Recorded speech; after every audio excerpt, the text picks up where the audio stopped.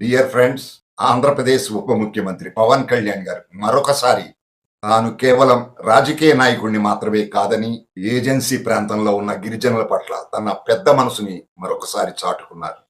ఈసారి పార్వతీపురం మన్యం జిల్లాలోని గిరిజనులకు దుప్పట్లు పంపిణీ చేసి అండగా నిలిచారు. మక్కువ మండలంలోని సిరివర, వాగుజోల, చిలక బండంగి, బండంగి, దోయిబడ, తాడిపుట్టి ఇలా ఈ 5 గ్రామాల ప్రజల అవసరాలు తెలుసుకుని వారికి సహాయం చేశారు.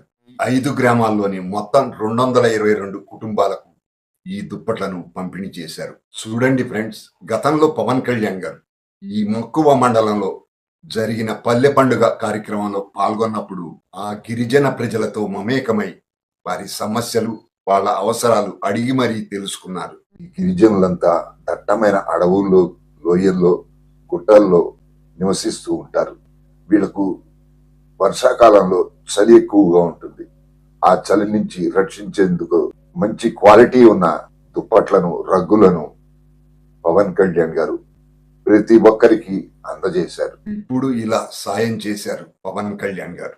అంతేకాదు ఫ్రెండ్స్, మీరు చూశారు అనుకోండి, కొన్ని నెలల ముందు అరకు నియోజకవర్గంలోని దుంబినిగూడ మండలం పెదపాడు గ్రామస్తులకు చెప్పులను బహుమతిగా పంపించారు. పోతంగి పంచాయతీ డుంబినిగూడ మండలం పెద్దపాడు గ్రామస్తుల్లో పర్యటనకు వచ్చి కాళ్ళను చూసి వాళ్ళ పాదరక్షలు కూడా లేవని చెప్పి డిప్యూటీ సీఎం గారు మాకు చెప్పులు కూడా సప్లై చేసినందుకు ధన్యవాదాలు తెలుపుతున్నాం సార్. మీకు ఎప్పటికి కూడా మేము రుణపడి ఉంటాం సార్.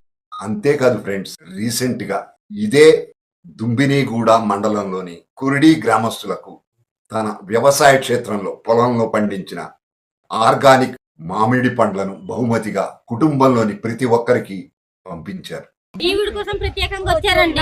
బాబు నువ్వు వస్తావు, బాబు నువ్వు వచ్చి మా ఊరికి ఏదో ఒకటి మేలు చేయాలన్నందుకు అతను మాకు పవన్ కళ్యాణ్ గారు వచ్చారండి. ఇది పవన్ కళ్యాణ్ గారికి గిరిజనుల పట్ల ఉన్న ప్రత్యేకమైన అభిమానం, ఆప్యాయత.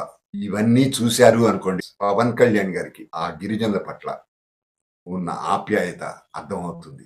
మనకు స్వతంత్రం వచ్చి 77 సంవత్సరాలు గడిచిపోతున్నా ఇప్పటికీ, అంటే ఈ కూటమి అధికారంలోకి రాకముందు వరకు ఎక్కడో మారుమూలన ఉండే ఈ గిరిజన గ్రామాలకు రోడ్ల సౌకర్యం ఉండదు, వైద్య సౌకర్యం ఉండదు, మౌలిక వసతులే ఏ ఒక్క నాయకుడు పట్టించుకోలేదు. ఇన్ని ప్రభుత్వాలు వచ్చిన, ఇంతమంది మంత్రులుగా చేశారు.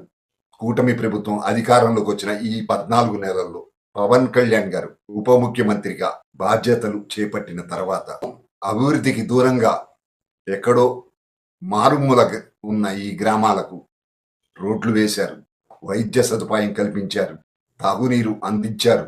ఇలా పవన్ కళ్యాణ్ గారు మారుమూల ఆ గిరిజన గ్రామాలపై ప్రత్యేక శ్రద్ధ పెట్టడం, వారి సమస్యలను పరిష్కరించడమే కాకుండా ఆ గిరిజనుల అవసరాలు అడిగి మరీ తెలుసుకుని వాటిని గుర్తించి ఇలా సహాయం చేయటం నిజంగా గిరిజనులు సంతోషిస్తున్నారు.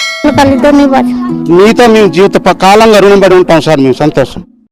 ఆ గిరిజనులు యశస్వి భవ పవన్ కళ్యాణ్ గారు అంటూ ఆశీర్వదిస్తున్నారు.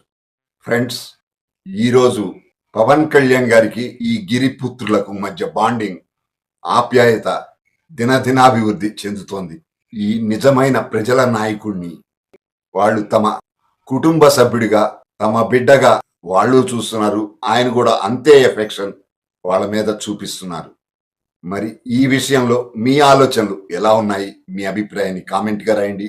మళ్ళీ వచ్చే వీడియోలో కలుద్దాం. చూశారు కదా ఫ్రెండ్స్, మీకు గనక ఈ వీడియో నచ్చినట్లయితే ఒక లైక్ చేయండి. అలాగే మీ అభిప్రాయాన్ని కూడా కామెంట్ చేయండి. సబ్స్క్రైబ్ చేసుకునేవారు, కొత్తగా చూస్తున్నవారు సబ్స్క్రైబ్ చేసుకోగలరు. Thank you subscribers. గోపాలకృష్ణ అంటే జై జనసేన, జై పవన్ కళ్యాణ్, జై హింద్.